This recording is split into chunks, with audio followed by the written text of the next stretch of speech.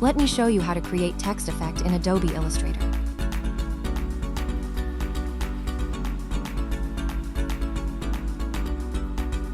Start by written your text. Now choose Appearance option. Control-Shift.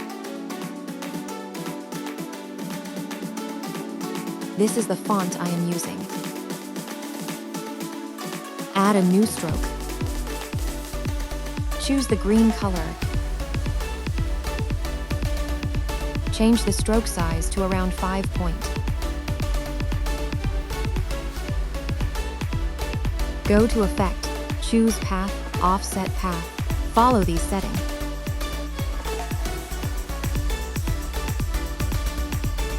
When you finish, press OK. Again, go to Effect, choose Pathfinder, choose Add, and still added the text as you want. I hope you like it. Thanks for watching. Subscribe my YouTube channel for more tutorial.